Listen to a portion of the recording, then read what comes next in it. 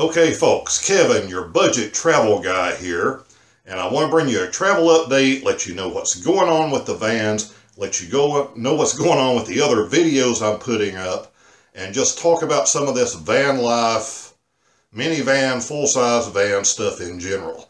If you see me glance off to the side, it's because I have a page of notes over here, and I want to try to stay on topic with what I'm talking about. First thing, the minivan that I have, the gold minivan you've seen in other videos.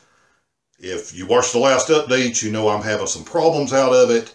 Some of you made some really great suggestions, and a few things I'm going to check out before I get into swapping the computer.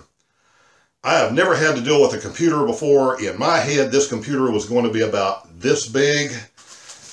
This is the computer that goes in this van. I had no idea the size of this thing. Luckily, it is fairly easy to get to. 2 large wiring harnesses. The key system has to be programmed, so I have a few things I'm going to try before I swap the computer. Once I swap the computer, do the key thing, that's either going to fix it or not fix it. I'm going to film all that and try to put it up in a way that it will help you guys if you ever run into a similar problem. The second thing, while we're on the subject kind of minivans in general, is that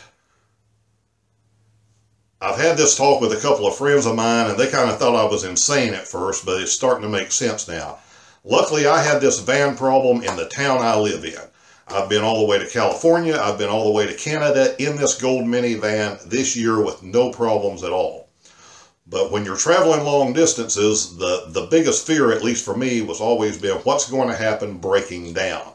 And one of the reasons I originally went with a cheap minivan is I knew if I lost a transmission, if I had some major problem come up, I could basically junk it wherever I was at, spend $1,000 or whatever, go buy me another cheap van, throw everything from the inside of my van into this van, do a little mechanical work just to bring it up to snuff, and take on off down the highway and continue my trip.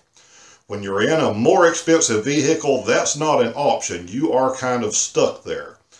And as some of you know, I have 2 vans. I have a minivan. I've also picked up a larger van. If I had been somewhere far away in this larger van, I would have been trapped with this same problem for weeks trying to get this sorted out and going through a lot of money, and I would have had no choice but to pump all this money into it to fix it. The minivan, because it's an older van, the computer programmed with my VIN number, mileage, and everything into it, cost me about $80. You get into a newer vehicle, and as the newer you get, the more rare the vehicle gets, the cost of those computers go up. So you can get into $400 and $500 even for a used computer, whereas I'm much, much cheaper with the cost because this is an older van, it's a Chevrolet van, it's very, very common supply and demand. So, you know, if you can stick with a Chevy, you can stick with a Ford, you can stick with a Dodge, you can stick with a Toyota Sienna, you want something that there's a lot of, because that's going to make your parts, both new and used, much cheaper. Second thing, a few people have asked if I am going to the RTR. If you're new to this or don't have a van yet, you may not know what the RTR in Arizona in January is. There's other videos out there covering it, so I don't know that I really need to, but I may make one on it. Anyway, that is undecided. I do plan on being on the road at that time. I do plan on being out in that direction of the country at that time. I don't want to have to rush to get there, and I don't like traveling more than 150, 200 miles a day max. So for me, coming from the east, which is basically East Tennessee all the way across the country, in order to get there and not just murder myself, for me, I know it's going to be a 10, 11, 12-day drive the way I want to do it. So I may venture into that thing, even though I'm going to be in that part of the country. I will probably venture into maybe the last couple of days of it. I won't be there for the whole thing. For you guys watching this that already have vans, maybe you're already on the road, maybe you already live in the West, you know, if you're going to be at this thing, let me know down in the comment section. Next thing up, if you're a subscriber, you've noticed in the last few days I have put up a lot of videos from earlier in the year, Route 66 stuff, and that area on a trip across the country. Some of you may be interested in that. Some of you may not be interested in that. But if you're going to end up doing van life, you're pretty much going to stumble into Route 66 somewhere along the way on your trip, no matter where you go. So I have only done about 40% of Route 66 to this point. I love the quirky stuff. I love the abandoned stuff. And these videos, I just basically have to clear off of my computers and stuff to make more space because I shot way too much video for this trip. I'm probably going to end up with 50 videos just on that particular month-and-a-half long trip. And I need to get them up and out of the way. For those of you that enjoy them, great. For those of you that don't, you can skip those and wait, you know, because mixed in with those are going to be more of these minivan, van life, general travel saving money type videos of just you and I talking. As for Route 66, there's a couple of things. There's a lot of people that have Route 66 videos up, and some of these guys who have really large channels. The great thing about 66 is everybody is going to have a different experience. I've watched videos on some of these places that I went to. My experience was completely different than their experience. One, just off the top of my head, one of these videos a little bit before Route 66 was just in Arkansas at the state capitol and going in and being able to hold some money. You'll find that in my video playlist. I've watched a couple of other videos from guys that were there before me. Their experience was completely different. They ended up there. They were with a bunch of strangers. They were put in a side room and all this stuff. Us, we were the only ones there, and they just kind of invited us in, and we got the grand tour of everything. So that's one way that things are going to be different. Some of the abandoned stuff on Route 66, I saw videos from a year ago, and the time we got there, something had changed. Sometimes it changed for the better, sometimes it changed for the worse, but this stuff is just always changing out there. So their experience was different than my experience. Watching my videos, your experience when you get there someday will be different than my experience was, but it will give you a good general idea. As far as the video quality itself on this trip, and I'm not making excuses because I don't like excuses, okay? But some reasons, I shot way too much video. I installed a new driving camera that I had all kinds of audio problems out of. I could never get the levels right compared to the other camera that I replaced it with, which I did not take on the trip. My main camera had problems. I ended up replacing it part of the way through the trip. And these first videos of this trip, the quality I have never been happy with, but I've recut them. I'm throwing them up anyway. They are what they are. They do have their moments. Some of you guys from the feedback seem to be enjoying them, so I appreciate your feedback on those. I do promise you that the rest of these videos from that Route 66 West Coast trip, which has a lot of surprises off from Route 66, that the quality of these videos does improve further into the trip. One, because the equipment improved further into the trip. And second of all, as I have done more and more of these videos, hopefully my video editing skills improved. And I think the quality of the videos will be higher. I think you will enjoy them more. I think I'll have more of the crap cut out of them. And you'll be seeing just the good stuff and the great scenery and experiencing with us what went wrong on our trip and what went right on the trip and little surprises that we weren't counting on that we found along the way.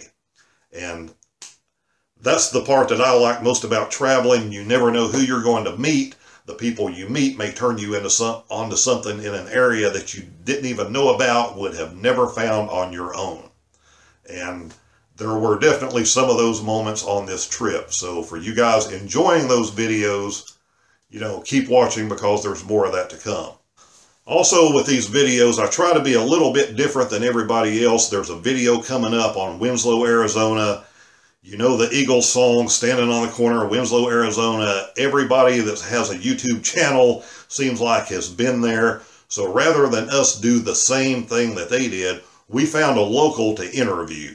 And the majority of our Winslow video is going to be the interview from that person's perspective that has lived there for years and years and years, and some history of what goes on in this town around this song. And at the end of the video is something completely unrelated to standing on the corner that we just happened to find on the way out, our second trip on the way out of town. And they just put a whole different perspective on that particular day. For those of you that have done some Route 66 and trips out west, and you see these videos that I've done, if you have been to those places or you live near those places and have experienced that, or if you've not been and have questions about something that you see that we've been to, you know, don't be shy. Post your comments down in the video. I don't get, with work schedules and things, I don't get to be on here every day, but within a couple of days, I do my best to answer everyone's questions. Another thing you might want to put in the comments, and I was just thinking of this, is do I talk too fast? Because I think sometimes I have a tendency to do that when I'm kind of doing these one-on-one chats. I probably talk faster on here than I do if you and I were sitting having a conversation over a cup of coffee. So if I'm talking too fast or too slow or something's out of the way, you know, kind of let me know that in the comment section too, because I want you to be able to enjoy these videos. I'm a small guy. I'm not one of these guys making money off this channel, so I want you to enjoy these videos, and I want you to be able to participate in these videos if that's what you want to do, and participate in some of the chats and comments and things that go along with them. I want you to be able to learn. The videos I'm going to put up in the future just about traveling and budgets and saving money in general, I want you to be able to learn from my mistakes, but at the same time, I want to be able to learn from experiences that you may have had. So anyway, maybe that's going to sum it up for us, at least for now. We've gone over what's going on with the minivan. More videos on that are coming. The full-size van, more videos on that are coming. I have a flat tire on it that came out of nowhere, so I have to go get 2 new tires tomorrow. I've dealt with 2 days of solid rain. I'm trying to get that out of the way tomorrow or a couple of days before Christmas. Worst case scenario, the day after Christmas, I'm probably going to be in line like everybody else, but I've got to get those changed, because if I can't have the minivan ready for this trip, I'm going to have to take the bigger van. I'm going to keep throwing these Route 66 videos out. Like I said, if you love them, watch them, great. If you hate them, I'm sorry.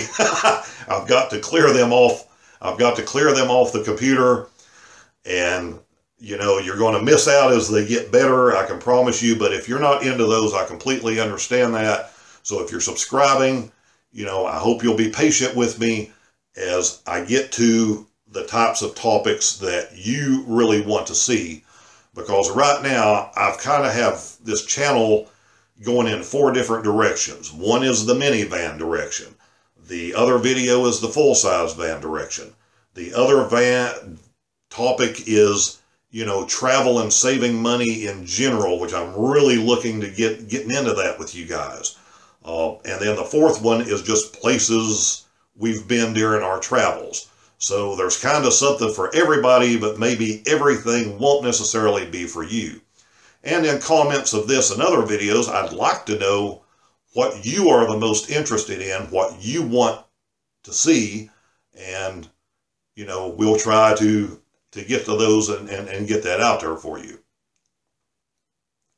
In the meantime, again, it's a couple days before Christmas. If I don't have another live type video before then, I hope everyone out there has a Merry Christmas and starts working on their plans, whatever it is for 2019 that's going to make your dreams come true and your travel plans come true during that year.